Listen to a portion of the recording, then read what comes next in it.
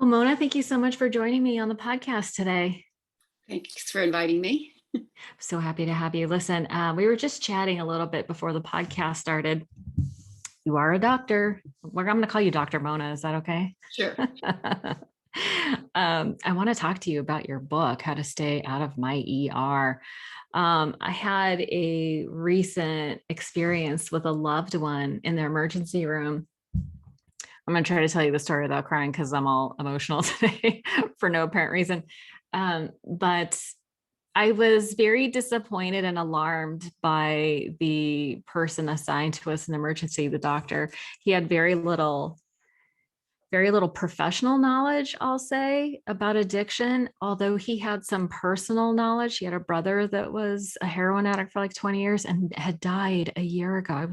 I felt so bad for him, but it was so as a friend or a loved one that was showing up in support of somebody else. And with the knowledge that I have about addiction, I was alarmed at his lack of knowledge. And I was like, what do normal people do? Like I have spent the last 30 years in the addiction recovery space, and I felt lost. So I'm just so curious, of course, I want to hear about your stories of your experiences with people in the ER and how you as a physician have been trained and what you learned and how your treatment of patients evolved over your years and what led you to write the book. But maybe we can start with maybe some stories of how you see the problem. So for your audience, I am a retired emergency physician. I worked in the ER for 27 years. Wow. And Long time. a long time, a wonderful time. I really enjoyed my time working in the emergency room because the things that physicians can do and the healthcare system can do for people in an emergency, we can do so many things. So there was a lot of giving that we were able to give to our patients in their times of crisis, their times of emergency. My book does go specifically into a subset of my patients who we call the frequent flyers, the people who would come repeatedly to the emergency room for a secondary gain. It wasn't necessarily for a one-time emergency, which is what we see with most of our patients. It was for chronic recurring emergencies because they felt a sense of comfort in the emergency room. And so it became habitual for them. It becomes habitual for them to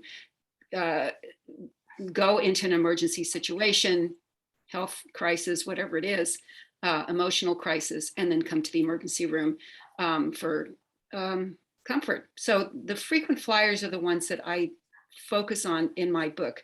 But in reality, we all have a little frequent flyer in each one of us. We need some place to go, some space to go that's safe, comforting, and refreshing and renewing. So my philosophy is everyone has multiple selves. We have one personality. We are one person, but we have many characters that we play roles in.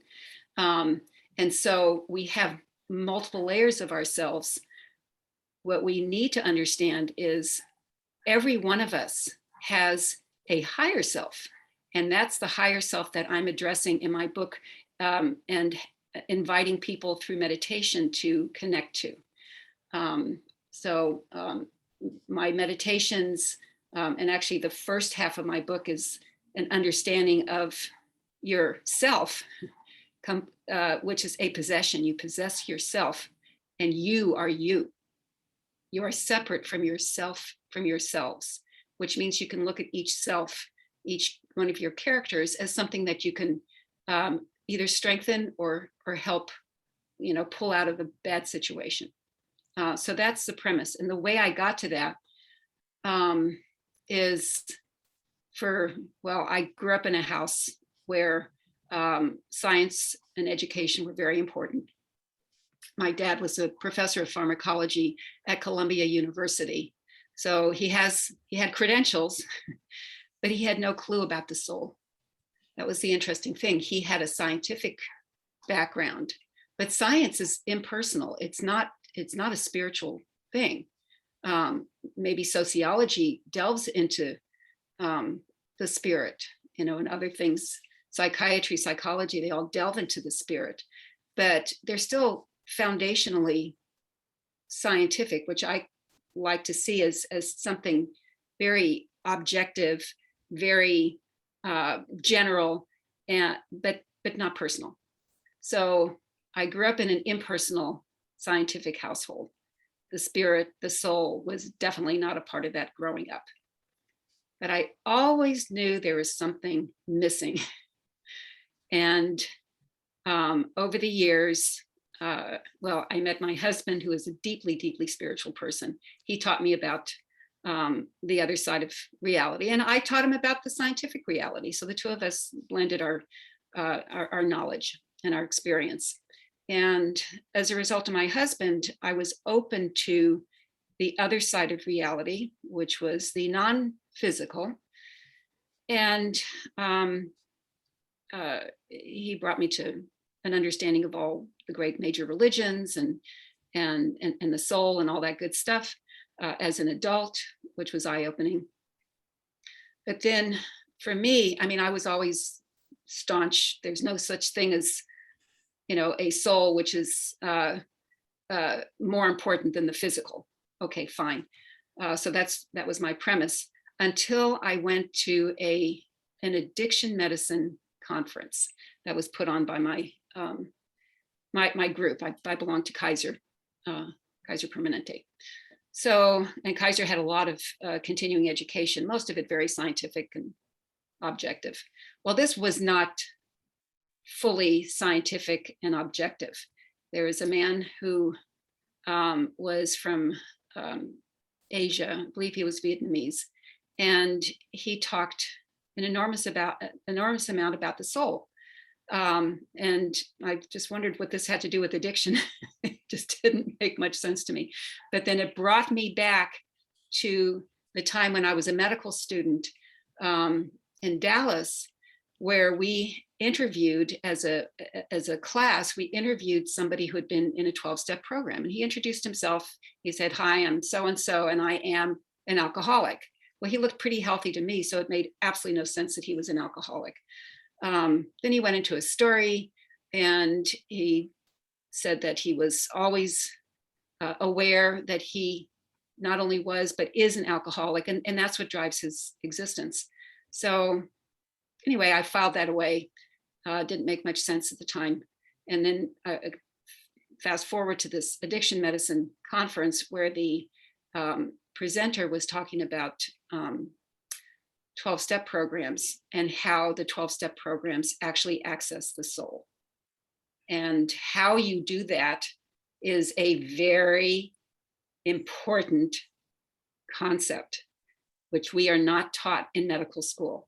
We touch on it a little bit, but not really. We have psychiatry, but psychiatry today is diagnosing and treating with drugs. So that's not what this guy was talking about.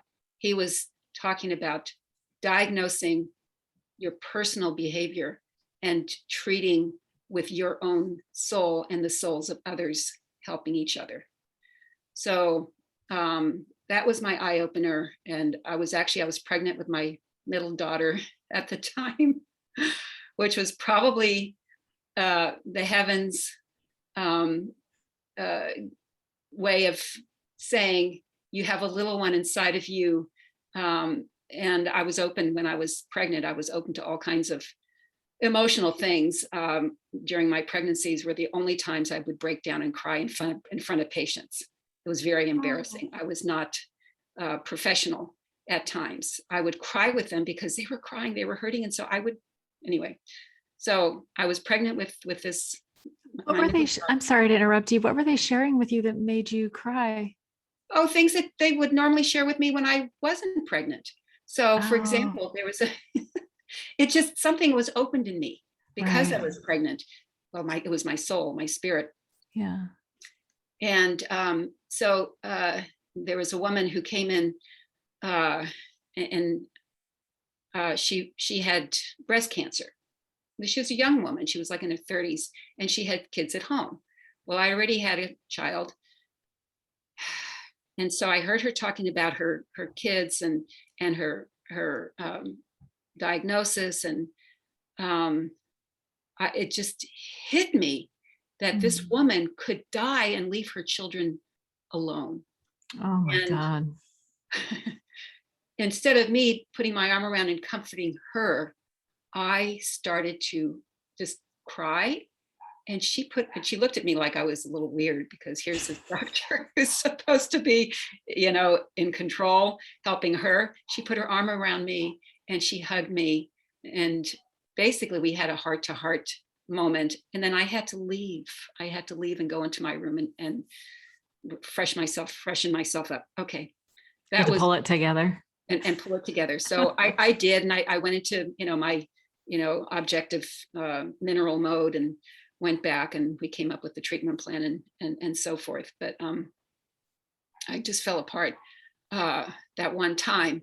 Luckily, um, I personally am very capable of going into, like, I don't want to call myself a robot, but we have all kinds of aspects to us. And in Mhm. my robot mode, I can be very objective. It doesn't matter what diagnosis you have. It doesn't matter, where your heart is. I can be very objective and send you on an allopathic treatment plan. Mhm. I don't have to get involved in an emotional roller coaster with you. And that's what people want. Do you display, that's what people want, but do you display, you're still displaying empathy and compassion? Like you can say the words and Yes. yeah, but yeah, because I've just seen some people just be so robotic that you don't even feel like you're talking to a human being. Well, that's because that's the way we're trained. And I Right. can tell you Yeah. the only way I um, expanded my ability to stay empathetic and truly empathetic Mm, is because I was pregnant at the time.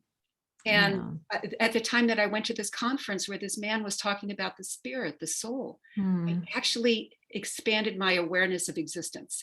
And I like to call it a new awareness of a new reality. a new reality, right? Yeah. For me, it was a new reality. I Mhm. mean, it's obviously been going on since, existence started. But for me, it was new. I had no clue. I mean, I had a clue, but I dismissed it because it wasn't part of my upbringing or my training.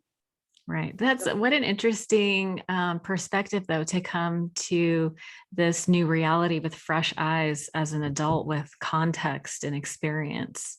Mhm. Yeah. So so was it the addiction medicine conference that was the turning point for you, where you started to acknowledge that you had a spiritual side to you, a soul? Did something happen that made you just kind of have that aha moment, or was it a slow, gradual awakening? I think it was a slow, gradual process. And the addiction medicine conference was the if you want to call it a final straw or the final piece of the puzzle. Mm, um, it clicked. So it clicked in my it mind, it clicked in clicked. my soul. Yeah. And I was Yeah, able to go forward within that new awareness. that's a beautiful thing. So, and how long had you been practicing when you came to this turning point? So, uh, well, interestingly enough, I'm just thinking about that. That's a great question. Um, about 11 years. Okay, so a good long time. But that's so great because that means you had a very long time of practicing and dealing with people with like new information, like in a different way that was more spiritually centered. And so that's a good long time that you spent. Um, okay, so let's go to I'm just so curious about your ER experience. I mean, it sounds like your entire experience, but after that, and you have these frequent flyers, these people who are coming in seeking relief and comfort. what I hear is like, oh, these people have nobody else to turn to, and they experience real nurturing and comfort and relief in the emergency room, and that becomes sort of like their like some people go to church, maybe some people go to the emergency room. I don't know, but was it mostly drug addiction and alcoholism that you were seeing? Yes. So they were seeking comfort, and yeah, I think you're absolutely right. It was more like a spiritual experience, like a Mm, church experience for them, because that's what they had gotten used to. Um, um, uh, I don't see it quite as kindly as maybe I should. And I have tried to reconcile the kindness with the reality of being um, confronted with somebody who is using a system to um, refresh their spirits. Because the problem with that is, and I address this in the book, there's someone called an omni, or an entity called an omni. So you've heard of God being referred to as omniscient, yeah. omnipresent, omnipotent, Yes. and beneficent. Okay, so he's beneficent. There's God who's beneficent. And he has all these omni characteristics. Well, for somebody who really doesn't have a concept of a beneficent God, they weren't raised with one, or their God was, vengeful and mean spirited, or their concept of God was like that. They're looking for God, and Mm, they ultimately realize a lot of people who turn to harmful addictions. You can have either neutral addictions, like you can be addicted to freeze dried foods or whatever, yeah. Yeah. whatever. Or But we're really talking about either physical addictions like to drugs and alcohol, or process addictions. Like I think smoking is one of those. It's a combination of both process and physical addiction. But other process addictions like addictions to people like relationships, pornography, shopping, um, maybe even exercise. I don't know. Um, you don't typically end up in the ER or maybe workaholism. That's like a process addiction, right? Where you strive and struggle, and then you get the win, and so you get the dopamine reward, and then it starts to set that dopamine reward system to that specific behavior. But what about like and what I really heard in what you just said was this: there is an edge to having to deal with people who are chronically relapsing, or in your case, chronically showing up to the emergency room, who don't want to quit. Is that where the I don't know if lack of compassion is the right word, but it's like frustration? exactly, you just hit the nail on the head. Yeah. So back to the omni. These Okay. people are omnis. They feel themselves to be, if they aren't, it doesn't matter if they're not acknowledged by the world as omnis. In their own minds, they are their own deities. They're omniscient, omnipresent, That's omnipotent, interesting. and beneficent, which means they're always right. Oh, It's a subset of these people who are hurting. I know a And few people like that. yeah, well, we all do, because again, Yes. there's a character in us that is that. Oh, There's a yeah. character in us that needs a God, that needs a guide that is always more powerful than us, definitely beneficent, Yeah. and is always present in our lives. And if Right. we don't have it outside of ourselves, it's going to come inside of ourselves. Oh, I know that connected some dots for me, because a lot of times in recovery rooms, you'll hear people show up and talk about how they're an egomaniac with an inferiority complex, right? It's like alcoholics are the only people who can lay in the gutter but judge everybody else's shoes. It's like Yeah. this. Yeah, Yeah. it's like this, I'm a piece of shit, but I'm still better than you or something. It's just And weird. and that's in every one of us. That actually exists in every one of us. Most of us subsume that to a real God. or a real concept of a real God. Hmm. um, and I don't want to get into religion, mainly because there's so much of us down here that's required to be independent of God, um, or a God outside of us. And it's that absolute drive to be self-sufficient, self-reliant, self-everything. Oh man, yeah, self-reliant. But we don't we learn that in childhood? Like we're taught to be self-reliant. Yeah, We're taught to like do this whole self-denial thing where let's deny our feelings out of survival, right? It sounds like if you grew up in a very scientific home, it's like we're conditioned and trained to deny our feelings. And so we disassociate, suppress, deny all that stuff. And we go into like survival mode. But those skills don't translate to healthy adult relationships because we need our feelings to be able to know what we want and how we feel in order to communicate that to others so we can teach them how to treat us basically, don't you think? absolutely, Yeah. absolutely. So what you have is this push pull between two forces. One Okay. where you are absolutely in control, Yeah. and the other where you are absolutely out of control. and, Yeah. and I call that the yin and the yang. So Okay. the yin, That's what that is. that's what it is. And The if push you, pull. right. And but it's complete opposites that are trying to coexist. Yeah.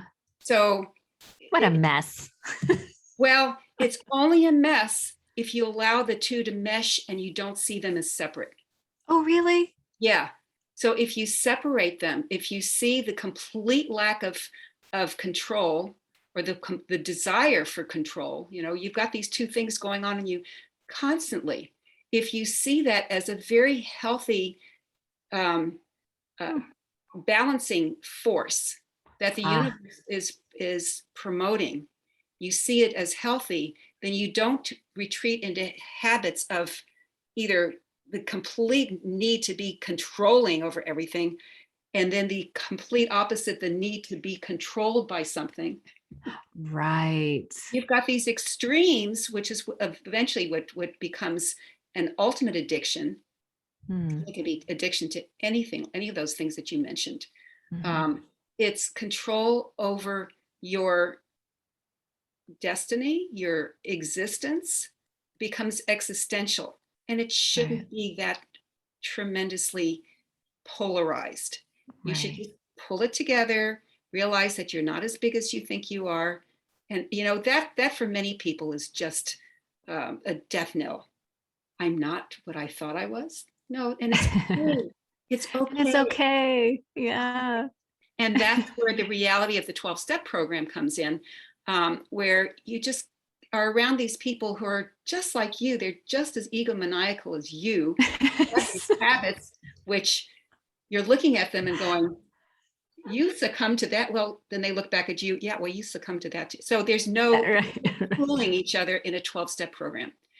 And Oh, ultimately, trust me, we fool each other all the time. you fool each other all the time. You And try, then, but you don't.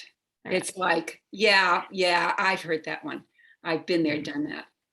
Yeah. So No, and it's what you're talking about, that balance between mind, body, and the higher self. That's what you and I had talked about, sort of like in our pre-discussion, is this idea of balance. And I think so. Maybe you can clarify what your idea of balance is, because I heard somebody say, "Oh, there's no such thing as balance." And in my mind, I'm like, "Oh, you're thinking that balance is some kind of razor's edge." It's not. The path is wider than some people think. Like balance, relative balance can be achieved, don't you think?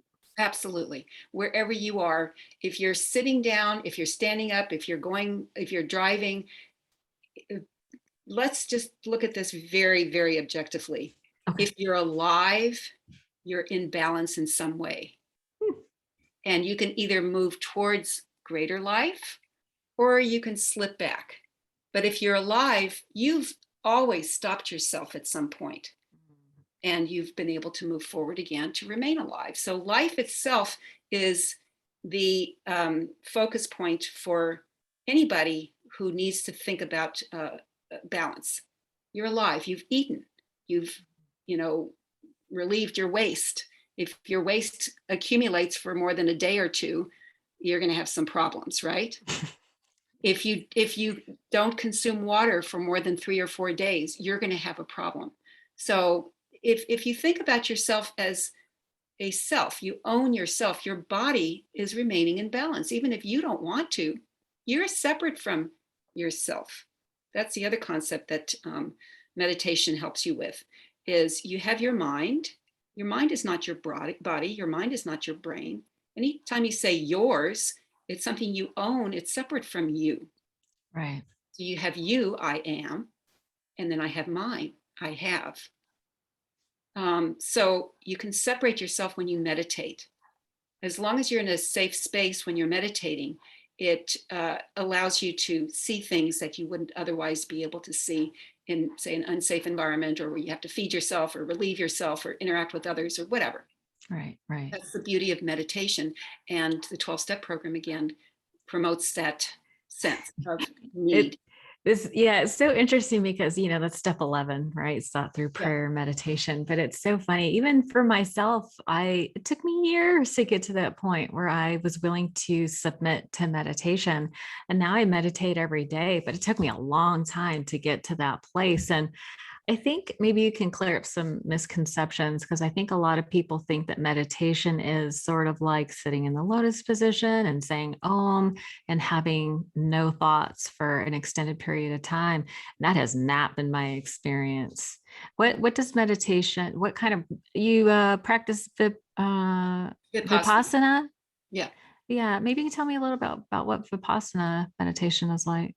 Right. So the two separate pathways that I go into are the 12-step program, which includes a higher power, Yeah.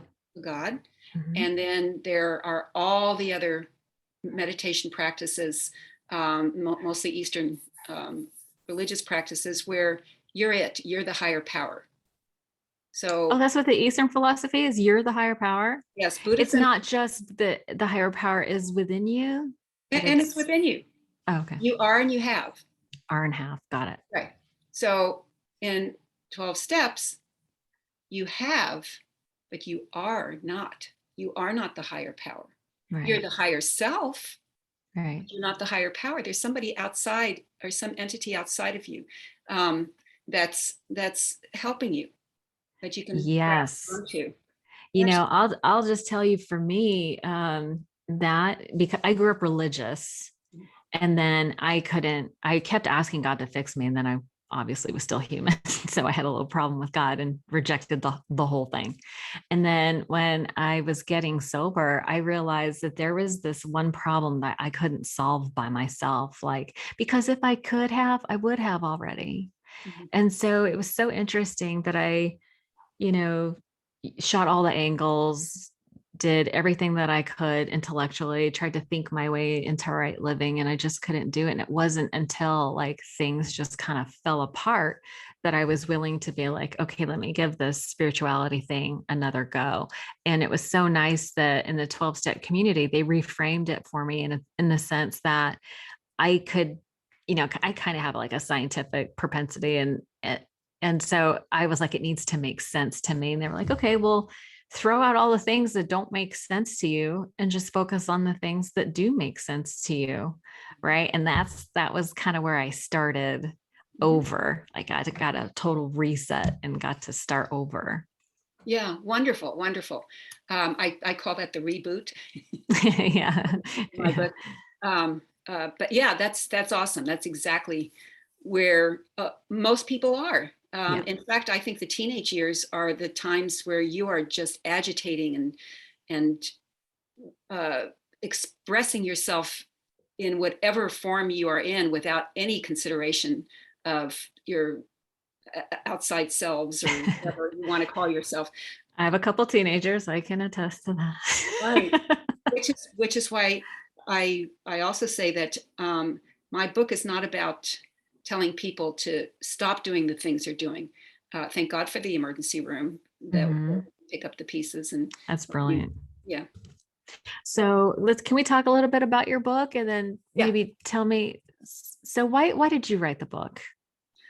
So I wrote the book because I had gotten these insights into the frequent flyer, which these people were just so frustrating to me Oh yeah. and to all my colleagues. There were some very unnice names that we call them, and it's not the average addict.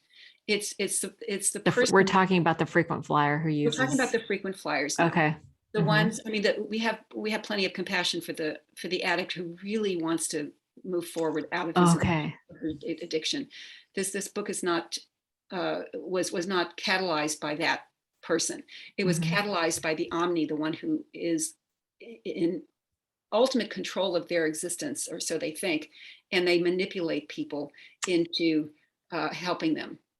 So they're the manipulators. Okay, so these were the frequent flyers were the people who did not want to quit, who used you to rescue them, basically, Yeah. and for even just momentary periods of relief. But so these are people who are incapable of accepting personal responsibility. Right. Or That would be frustrating. well, they're incapable of accepting ultimate responsibility. Obviously, they've been going about their business for the most part. Like I say, if you're alive, you've taken some responsibility for your body's health and Okay. move forward. But these are the people who just at certain moments fall back on others and manipulate them to get Mm, what they want, not what's good right. for their bodies, not what's good for humanity, not what's good for personal, responsibility and responsibility for others, but in that moment they will manipulate and use the system for their own personal omni gain because they have to remain in charge. So And what are they seeking from you? They're just seeking medication and comfort, or do they uh, want you? Is this like, are we talking about drug seeking behavior? no, it's very broad. So let me give you an example that you wouldn't think of unless you are thinking in very broad terms.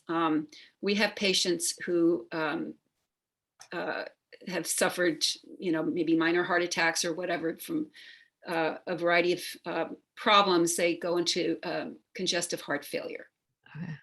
And are you familiar with that congestive heart failure? All that I know about it is that you can live with it for a while, Right. Okay. So you can live with it for quite a while. That's quite true. a while. Um, but congestive heart failure is the heart muscle itself starts getting weak from a variety of reasons. It gets weaker and weaker, and it has a hard time eventually pumping blood forward or pulling blood in and then pumping Mm, out to the body. And so the blood actually backs up because it's not being pumped. The heart's not able to pump. Your heart's just broken. It's a broken heart, oh, not a spiritually broken heart. oh, It's a physical thing. sad. It's Okay, physical. purely physical. Although a broken heart spiritually can actually happen. You can get a heart attack from You spiritual can, reasons. yeah. Oh yeah, yes. But in these people, it's usually because they've been eating too much, salty food and bad Fatties. food. They've gotten obese. They're smoking. The blood vessels are sick because of their cigarette smoking or alcoholism. There are many, many reasons for the heart to go into failure. Okay, Okay. so we have a subset of these congestive heart failure patients who are very, very treatable.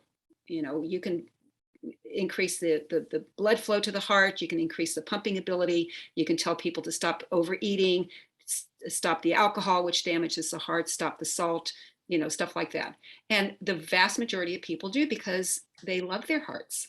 They love their bodies. They want to be kind to their bodies.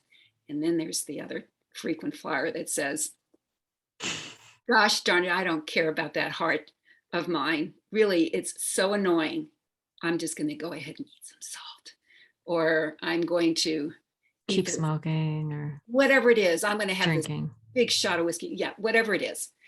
They're going to do it knowing full well that their heart's going to go, oh, not again. I told you not to. So they go into congestive heart failure. They come into the emergency room. Sometimes they are in extremis, they're dying. And I mean, we can reverse it. We can still reverse it. Um, there's so much stuff that we have available to us now Mhm.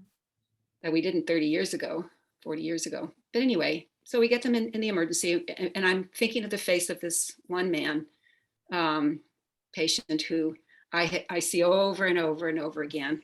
I say, well, did you stop eating salt? And so he gives me this look like, you think I'm going to stop eating salt just Like, because how dare you ask me? how dare you ask me? I'm going to Yeah. enjoy my food.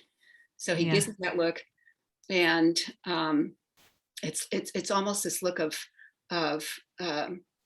suffering for somebody else's stupidity. You know, it's like, can't believe you would ask me such a question. Treat me, and do your job. Just do your job. Yeah. Fix me Right, already. fix me. And so I do, get him out of extremis. And then I say, well, your heart just is so sad. I wish you wouldn't do this to yourself again. And, every month, every 2 months, this patient would come in, and until finally he stopped coming in because he had died. Oh, he died. He died. So he Yeah. was always right.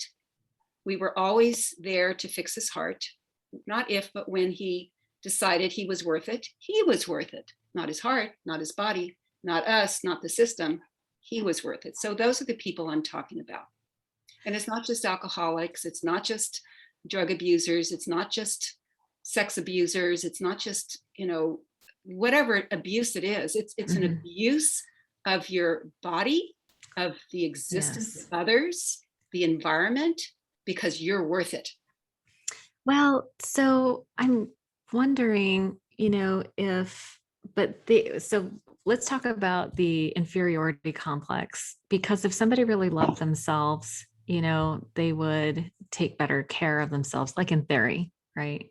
Right. So these people, do they ever get like referrals to psych to say, hey, it's not it doesn't make sense, right? So doing the same thing over and over again, expecting a different result is insanity. So these people who are coming in who are unwilling, I don't know if denial can be really cured by the psych people, but do you refer those people out to psych? Because logically nobody would do that to, like, if you're in your right mind, you wouldn't do that to yourself. It sounds like a mental illness, this omni frequent flyer you're talking Yeah, about. right. And I would agree with you, but they wouldn't. Who wouldn't, the patient or the The psych? patient, And so you can't get someone to go to psych if they don't want to go? no, No, of course not. Of unless they're course not. unless they're suicidal, in which you can admit them for the 72-hour hold. Right, right, So no, the system is not set up to counter these people, right. or to even be able to help them, because they're the cream of the crop as far as they're concerned. They're the top of the line. There's nobody above them. They're it. The buck's So off. that sounds like such deep denial that comes out of like deep disassociation, Yeah. right? Complete denial of self. But doesn't that come out of trauma? Um, Like personal emotional trauma in childhood? I think you're right.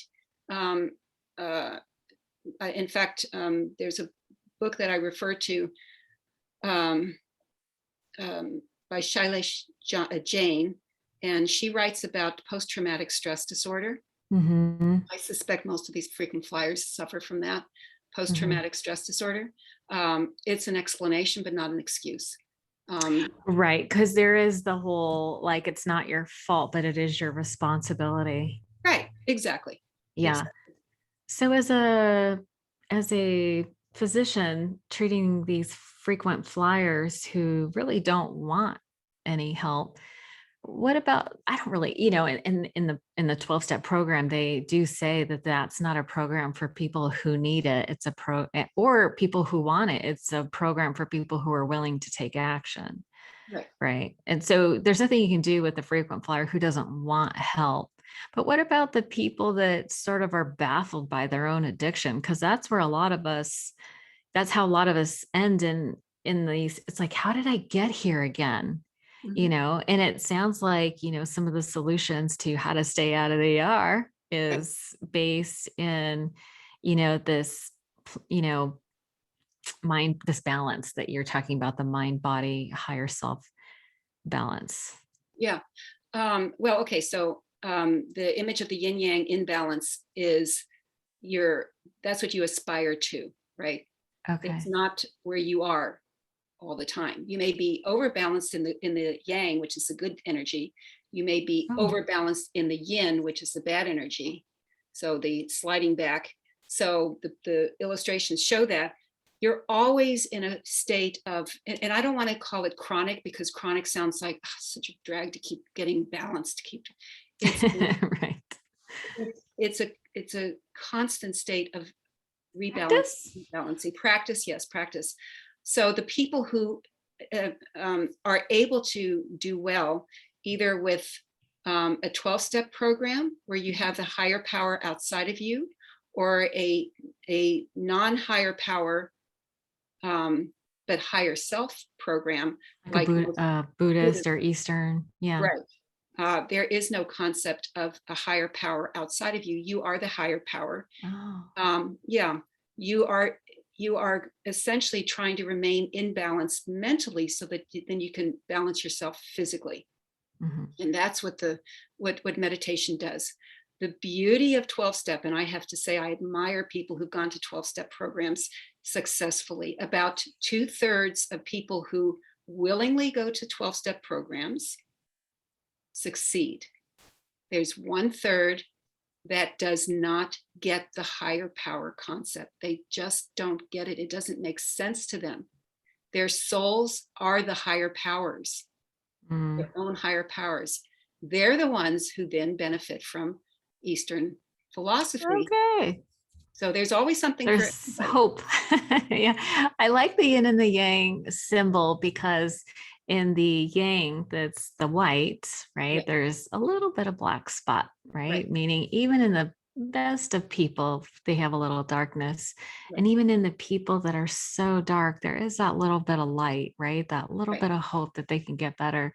And I feel like that is sort of like the balance, like people that are bad, there's still a little there's a little bit of hope there that can grow. And even in the people that are good, it's like we're never going to be perfect. We're always going to have that little bit of, I don't know, for me it's like a little bit of bitchiness, Yes, a little which is little good. self-criticism, or All good. That's the yeah. thing. Everything you're going through that gives you some ability to step outside of yourself and look in, Yeah. that's going to keep you balanced. You'll be able to see yourself as other people see you. And that's critical. Yeah. That's really critical. I want to ask you what your thoughts are on how to, you talked about these different parts of ourselves. And I feel like a lot of us, especially in the recovery community, have such a loud inner critic that, really requires a lot of self-compassion and self-forgiveness. How do you help people address that inner critic? Well, the inner critic is actually, I see it more as a an objective critic, going, no, you can't do that. You can't do it, because this critic is talking to you, right? Hmm. It's not just bubbling up from inside of you going, oh, this feels really bad. There's something wrong here. It's actually, you're talking, your critic, you in your critical role, are talking to you. It's kind of a weird concept, but when you meditate enough, you realize that you're very complicated. But you're not. Yes, we are. We are complicated, but we are not so complex that we can't see some basic foundational realities. Um, the reason we are critical of ourselves is because we are seeing something either that we don't like, or that somebody who we respect, who is higher than us at some level, whether it's a parent or a teacher or a guide, is talking to us from the outside. So there's some voice that's saying, that's not right. You're not doing that right. You have to stop and do it right. And that's what actually pulls us forward into more higher abilities. And I call that the higher self. And the higher self is listening to guides that are good. Oh, mhm. It's listening to, it could be just other human beings. It can be God. It can be some other part of you that you haven't even recognized. That's just your Jiminy Cricket, your conscience, Yeah, right? your inner, the inner, that Yeah. small, quiet inner voice that we have, that we can listen to in meditation. That's where I hear it the most. And that's what we need. It's okay to have that critic. Now, if the critic is just mean spirited, Yeah. that may have been coming from again, a parent. Most of us have some concept of our parents being critical of our behavior, right? Yeah. I Yeah. mean, when I was little, the two horror moments of my existence, Horror moments. horror moments, yeah. So go figure. This Okay, sounds juicy. What is it? when I Give it was, up, DrMona. I'm going to give it up. When I was 5 years old, I went to a store and I stole a pixie band and a bag of candy. I You brought it. thief. I brought it home. And my mother, who was a higher self to me, was a Uh-huh. higher power, Yeah. higher power. Sure. Looked at me and she said, "Where'd you get the money for that?" And I melted. I literally, from that point, I was in a puddle. I just, At 5, you felt that bad about it at I age felt, 5? I had my conscience. My conscience. Yeah. So Jiminy Cricket. my conscience was just hammering me. I knew I, Wow. I knew I did something wrong, and I was so proud of myself. Then my mom ruined it. She ruined it. I had to go back, return the pixie band and the bag of candies, and I never Shame. forgot. I was Shame. so shamed. It came back again. I cheated on a test. Actually, twice in my life, I cheated. And I was, well, no, I cheated several times, but twice I got caught. I got, Yes. it's this on me that's always right. You're always right. Yeah. It's the getting caught part that's problematic. Oh my gosh, because you're right at a certain level, but then no, you're not. No, you're not. So when I was 11, I cheated on a history test, and the kid across from me saw me, and he looked at me and he snubbed his nose because I was the goody two shoes, and he told the teacher. Okay. Oh boy, I never forgot that. And then when I was How 15, embarrassing. horror. Did Um, she embarrass you in front of the class? oh no, no, no, nobody did. Oh, really? I embarrassed myself. It was I all know, self-shame, like self acknowledgement of shame. what. Yeah, yeah, yeah. But the horror of it, and then when I was 15, I cheated again in a biology test. And the reason I remember, and there was a teacher's assistant who was like 16 or 17. He was like a year or two older than me, and he was really cute. And I remember he looked at me, he looked at my little cheat notes, and he looked at me as if like, "Are you kidding?" Are you high? Or whatever it is. Oh, so embarrassing. So embarrassing. I failed so badly on that test. The history Mm. test I passed great because I already did my cheating. Um, but the biology test I failed so badly. The teacher talked to me and he said, "What's wrong? Are you sick?" Because I never failed a test up until that point. I was just Miss Goody Two Shoes the whole time. But I wasn't Miss Goody Two Shoes. I had that bad side to me. Um, Listen, you need some therapy. It's okay. yeah, yeah. So Listen, okay, but I just want to propose for your consideration the people that are like me who, yes, I grew up with a critical parent, but I took the ball and ran with it, right? Like yeah, long after my mother stopped criticizing me, I suddenly had this standard that I couldn't overcome. And then I would do things in my addiction, right? Like when you're drunk, you do things that you normally wouldn't do, right? So for me, it wasn't just cheating on a test. It was doing some really horrible things while I was loaded. Like I was lucky that I got sober before I had children, but I know a lot of women who are raising their kid. Like the mommy wine culture drives me nuts. right. We're teaching all the young women who are struggling under a lot of stress to drink, Mhm. right? And what's happening to those kids, right? So it just seems so that's the inner critic I'm talking about, the not the objective inner critic, but the one who is mean, Right. right? How do we Absolutely. reckon how do we do you have a process for like maybe doing parts work that will help people sort of retrain that inner critic? Well, that's a big part of either. Um, I'm a big believer in therapy. I really am. Yeah. But short of having to spend an enormous amount of time and money on therapy, I think other people who are in a similar situation will do that with you because they are therapists. Hmm. Ultimately, other people who've been there, done that, are therapists. You have the Yeah. leader with the 12-step program. I mean, people can be in 12-step programs the rest of their lives. Why not? Yeah. I It's mean, I've it. been in it for 27 years. So There you far, go. so good. Beautiful, Yeah. beautiful. Because you're like the patient that I was introduced to when, as a medical student. He's Right. very cheerfully acknowledging, thank God he can acknowledge that Yeah. he's an alcoholic. He always has been, always will be. Right. And get on with your beautiful life. Is that your cat? So That's my cute. cat. I can step on Yes. my computer. Anyway, ongoing therapy, I think, is gentle, stepwise. Yeah. The ongoing interactions with others who've been there, done that. They've been there, they've done that. They can help you, Yeah. and then you can step down and help others. It's Right. it's a chain of beautiful compassion and help, It and you're is. just at the bottom of it at some point, and then you move up and move up and up, move up. Yeah. So I don't see any problem with people who keep getting um, uh, critical of themselves in and of itself, Right. because Okay. it's So, ongoing. Yeah, it's an ongoing balancing tactic. mhm. If it's hurting you, if it's progressively pulling you down, that's the yin force, that's entropy, that's no good. So if it gets progressively worse, it's becoming a habit. Right. And Yeah.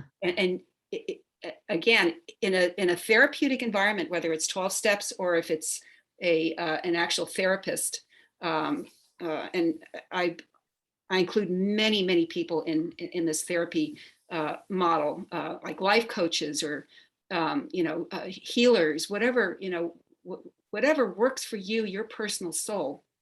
Yeah. You should always have them available to bounce things off, and you should be available to others to bounce things off. That's another balancing tactic, is you're helping others. The more you help Absolutely. yourself, the more you're being helped by others, the more you're able to help others. So it's this beautiful flow of growth, and you just have to have the awareness. And if you don't have the awareness, you're hoping that somebody outside of you does have the awareness to Hmm. pull you out. And Yeah. that's where codependency comes in. Hmm. Codependency is a negative. That's a big negative, but it can be seen in its opposite form as a big positive. So Right. codependency is where Yeah. everybody gets sucked into this entropy force down. Right. But the counter to that is a beautiful give and take to strengthen everybody's higher self, Right. and keep on strengthening as you go through Yeah. life. Your body may deteriorate, but this strengthening, that's your soul. It's growing Yeah. and growing and becoming more wise and more capable of helping yourself and others. Yeah. So And I've heard that that's sort of like the purpose of us coming to Earth is that it's the evolution of the soul. So yes, I really like that idea. Listen, I want to be respectful of your time. Thank you so much for sitting with me this hour and talking about, having the perspective from the medical community is really important to me because we do reach out for help a lot. Those of us who do want to change and there's a lot of people who are really seeking, like we want to be better. We really do. We really don't want to be sick. But sometimes it's just hard to let go. But I really appreciate your perspective of the balance, right? The balance of mind, body, and the higher self. That's a really beautiful thing. yeah, How can people find your book? It's listed on Amazon, or right. where can people find your book? So it's on Amazon, and I also have a website, monabalogh.com, MONABALOGH.com. .com. Yeah, Awesome. I will definitely leave a link in the show notes for this episode. And again, just thank you so much for the work that you're doing.